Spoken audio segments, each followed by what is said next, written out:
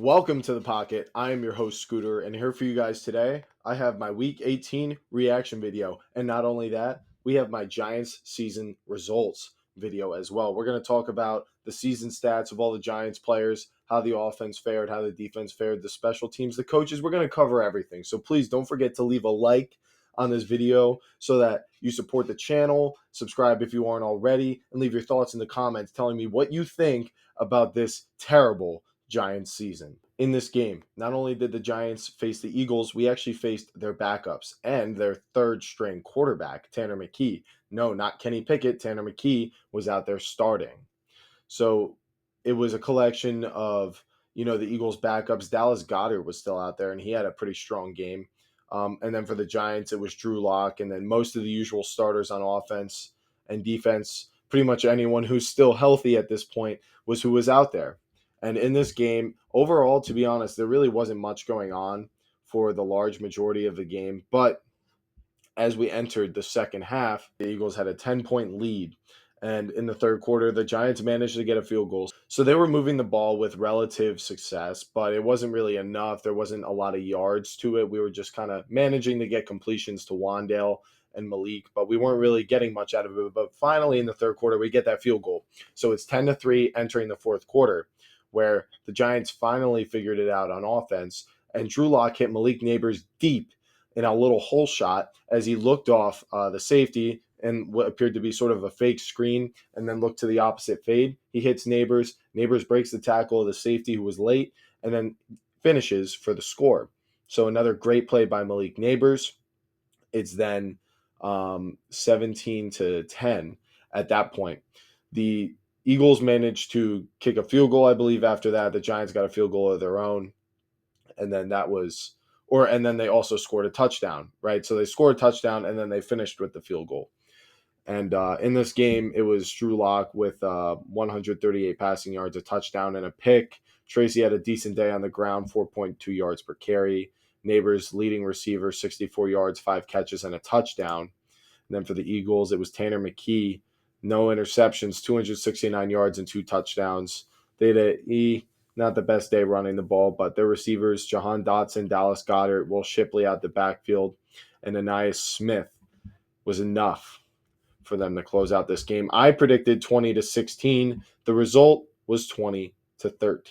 So let's switch gears a little bit now. We've talked about the game, but honestly, there's not too much going on there. We know Drew Lock might still be here next year, and I suppose he didn't look too bad in this game. Malik Nabers obviously still going to be here, and so is Tracy, and they had decent days, but other than that, there's a lot of backups out there, a lot of dudes who aren't giving the same level of effort that you would have imagined earlier on in the season. So now we get the luxury of finally looking back at the Giants season as a whole. So I'm just realizing now that this stat sheet that I'm reading off of is not updated through week 18. It says 16 games played by all of these players. It should say 17. So keep that in mind. But any of the averages and things like that, which is really what we're looking at here, is not going to change. But yeah, Malik Nabers, he had a beastly season. I think he finished with 110 or 109 receptions. But yeah, just keep that in mind about all the stats that I just listed, the regular season stats by the offense, the defense, and the special teams. Let's talk about it because there was so much change, especially at positions like quarterback. It's kind of hard to get a gauge on exactly how, bad in this case the team was doing. But this is it. All right. So let's just imagine this is the same starting quarterback the whole year. This was our passing stats: 3,383 yards, 14 touchdowns, and 12 interceptions. That is very bad, in case you were wondering. Normally, you're aiming for somewhere in the range of 4,000 yards, at least like 20 to 25 passing touchdowns isn't too bad. And then keeping it under 10 interceptions is usually the goal. Fumbles is probably up there. It doesn't say it right here, and then sacked 48 times.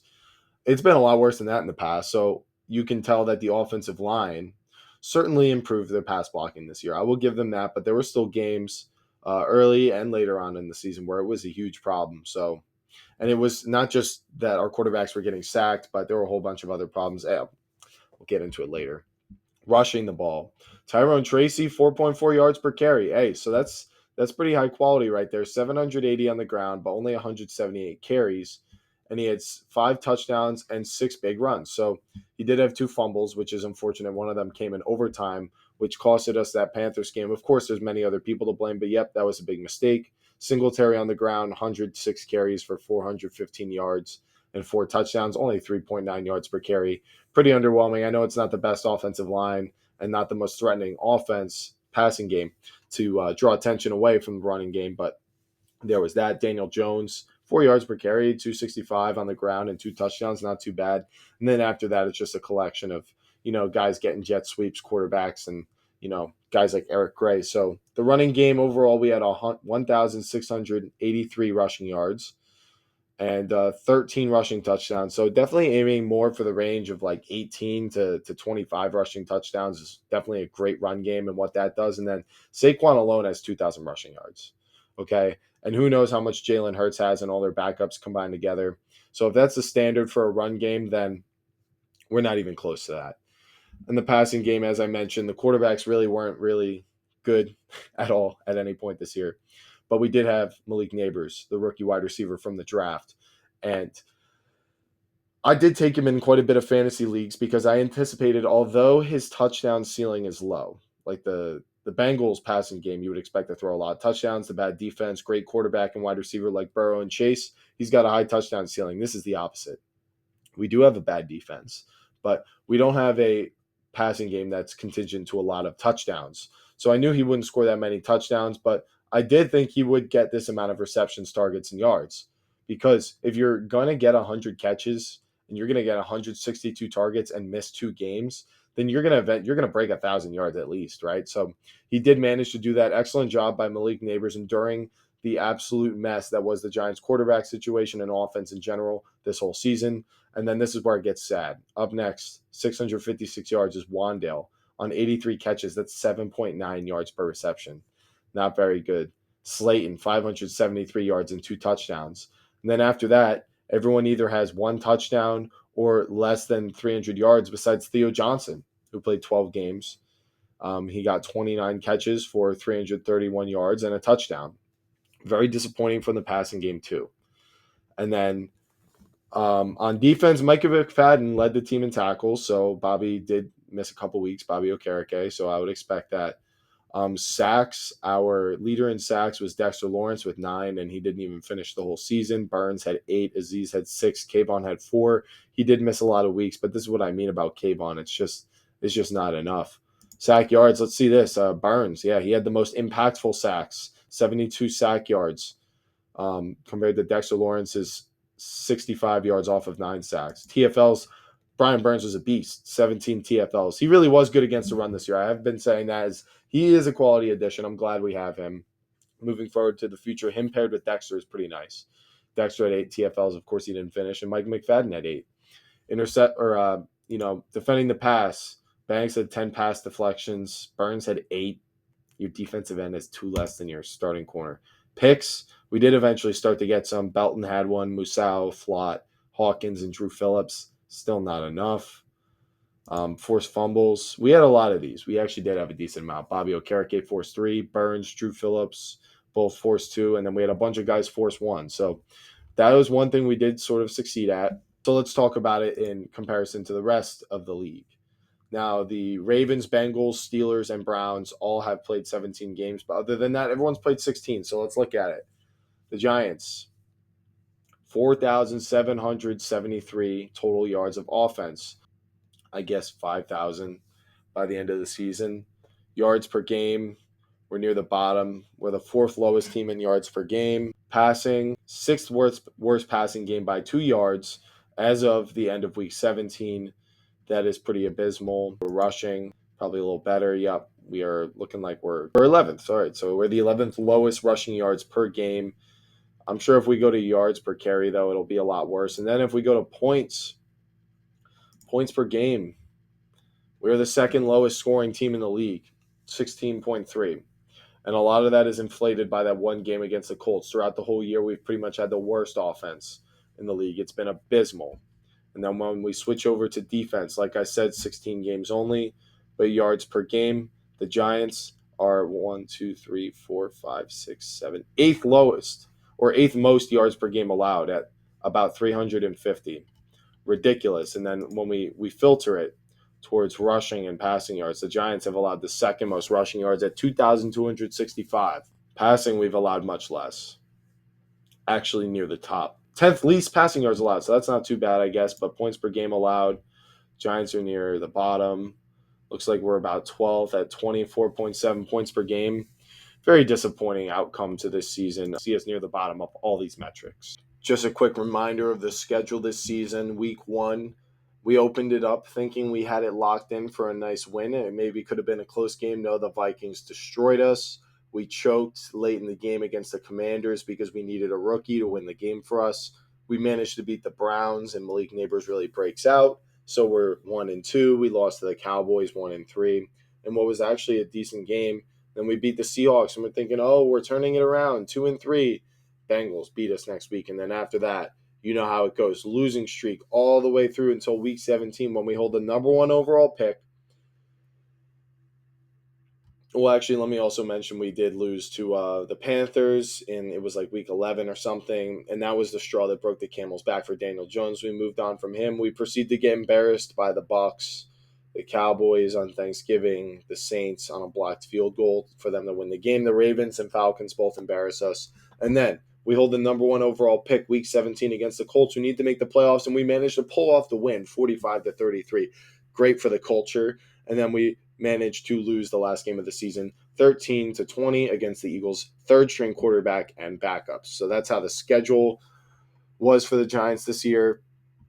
And that lands us with the 3rd overall pick with a record of 13-4. And the teams ahead of us are the Titans and the Browns, who both need a quarterback.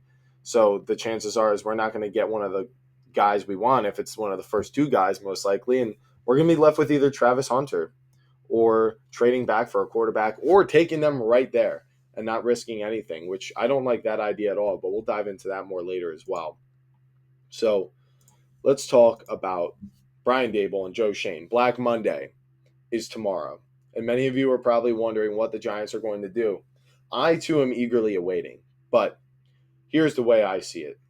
This is obviously such an important decision. It's going to dictate the next 5 years of this franchise at a minimum, whether we keep these guys, one of them, or get rid of both of them. So I can sort of come to accept it either way, whether we keep both of them or fire both of them. But the vibe we're getting is that we're going to keep Joe Schoen and fire Brian Daboll. And I really don't like that idea. I don't like the idea of keeping only one of either of them. I think unless the chances of you finding a GM who specifically likes, Brian Daboll over just them handpicking their guy that they probably want to do, this season. If they're planning on, going to a new team, they want to bring a coach with them. So I don't like the idea of having a head coach stay there and getting rid of the GM, or having the GM stay there and getting rid of the head coach. I guess it makes a little bit more sense to do it with the GM, to leave the GM and let him select a new coach. But I like Daboll more. I mean, what Daboll was able to do with Daniel Jones, that cast of weapons in that offensive line, and a decent defense was very impressive. But to be honest, most of his reputation is relying on that one season. And the patience is worn thin enough to the point that if we did decide to move on from him, I could accept it. That maybe the grass is greener with a new coach. But like I said, if we're going to do that, I want to move on from both of them. What do I think the Giants are going to do? I think we're going to fire Brian Daboll, and I think we're going to keep Joe Schoen. Now, I hope that doesn't happen. Like I said, if we start firing people, we fire everybody. But, and this is, like I said, nothing against Brian Daboll or Joe Schoen, but that's just what I think we're going to do. I think Mara, he wants to make a change, but he doesn't want to blow it up. It just seems like that's what the news coming out has been, and I see no reason why anything would go against that. But I don't like that. I mean, like I said, I could accept it either way, but I'd kind of rather just restart. And one more thing, I forgot to say this, is a lot of people will defend Brian Daboll and Joe Schoen and say, well, they were cursed. They were dealing with Daniel Jones. He makes the whole draft classes on offense especially look worse than they really are because your offense is struggling. And you certainly can argue that. You can argue and say the Giants would have been better. Brian Daboll and Joe Schoen would have looked like they're doing a better job if we had a better quarterback, of course. But they had the opportunity to try to go get another one, and they either caved to the owner or actually believed Daniel Jones was their best option. So that goes into the decision too, is that unfortunately, even though I think they do have potential to do great things, if you make a bad decision like that, we can't trust you not to do it again. So that's a further elaboration on my thoughts pertaining to that. So the Giants hold the number 3 overall pick, and that looks to me like Cam Ward, Shedeur Sanders going number 1 and 2 overall to the Titans and the Browns, leaving the Giants with Travis Hunter, the selection of one of the other quarterbacks, or trading back. I first of all want to say that I think selecting one of those quarterbacks, those other ones at 3, is ridiculous, and we should trade back until more information comes out from the draft process and the evaluation period. Right now, as it seems, is they're not going to be worth that pick, as people are debating whether even Cam Ward and Shedeur are worth the top 2 picks. So that would leave us with taking Travis Hunter or trading back. Now, I could see the argument for either one of these, because Travis Hunter, we need a corner, right? And that would immediately solve that issue, but you can also sprinkle him in on offense and special teams. So he is definitely the most impactful player you can take in the draft. There is an elite corner from Michigan as well, but it just seems like you can get a little bit more out of Travis Hunter, right?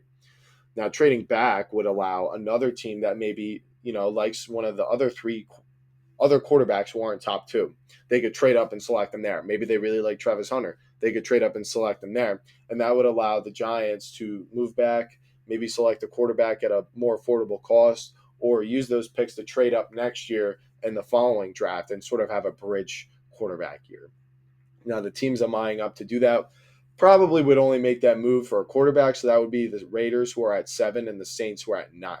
So they could move up for a quarterback. But honestly, I think if they're missing out on the first 2, then they're going to wait. They're going to sit at their spot and maybe only trade up just a little bit, right? Because I don't see them being that desperate for one of these other guys. And of course, there's a whole bunch of other stuff that goes into this, right? Because free agency, coaching changes, and all that is going to happen before the draft. So we're going to get more clues over time in terms of like where the Giants are allowing their priorities to be unfilled so that they can use the draft to fill them. Like maybe it is corner. Maybe we sign a bridge quarterback right away, and then people think, okay, maybe they're not going for quarterback. We're going to have to see. There's a lot of noise about guys like T. Higgins, right? Potentially signing with another team. Maybe that could be the Giants, but I probably think he stays. But we'll talk about free agency and all that stuff when we get there. But I'm just trying to get my take out there right to you guys right now about what I think the initial plan should be for the Giants. I've laid it out that I think we've got 2 avenues. We've got Travis Hunter, or we've got trading back. So I think Travis Hunter, it could help you. I mean, it could, if it really sparks something in the defense, and the defense gets to where it needs to be and gives you more space to work on the offense. Now, I kind of like trading back a lot more. I'm not going to lie, because we need so many different things. And if this is not the year for us to select a quarterback because the class isn't good enough, it is what it is. We need to get it right this time, and we can't rush. This goes into why I want to restart. I don't want people desperate to save their jobs taking a quarterback this year just because they feel like they have to. So I think trading back to 7 or 9, ideally, using those picks to trade up the following year, or maybe using one of those picks in the second round. Maybe some of these other guys who aren't top 2 aren't worth a top 10 pick, but maybe they're worth a second round pick, sort of like a Jalen Hurts, right? Maybe if a guy like Jalen Milroe falls that far, I'd be comfortable taking him, pairing him with a bridge quarterback, and then allowing us to say, okay, we haven't overly invested in this guy. We haven't overly invested in the bridge guy. If neither of them work out, we can still select a quarterback the following year. So that's sort of my initial reaction and take on the Giants' Week 18 game against the Eagles, the Giants landing the 3rd overall pick, what it means for the future. That's my take on Brian Daboll and Joe Schoen. Other than that, all decisions for the Giants are going to be put on hold for a while, as we've got the NFL playoffs upon us and the end of Week 18. So I hope you all enjoy the rest of your Sunday watching these games. Let's all watch Lions and Vikings. It's going to be an awesome game. I can't wait to watch that. The battle for the 1 seed, the battle for the NFC North, the war that has been going on up there. What an incredible division it has been. I was live earlier today, so you can check out my live reaction to this Giants-Eagles game and see what my thoughts were during it. I also have a preview video out for it. And so there's plenty of coverage around that. And stay tuned later this week for my playoff overview for the wild card round. And my early Super Bowl pick and whatnot, updated, of course, with all the information we have now of Week 18. We could change those things now, right? Because my initial pick was not correct at all. So if you did make it this far, please leave a like on the video, support the channel. Tell me in the comments, what do you think the Giants should do? Should we trade back? Should we take Travis Hunter? Or should we actually take a chance on one of these quarterbacks? And if you aren't already, please subscribe to support the channel. That's going to be all for this one. I appreciate you all for watching, and I'll see you in the next one. Peace out.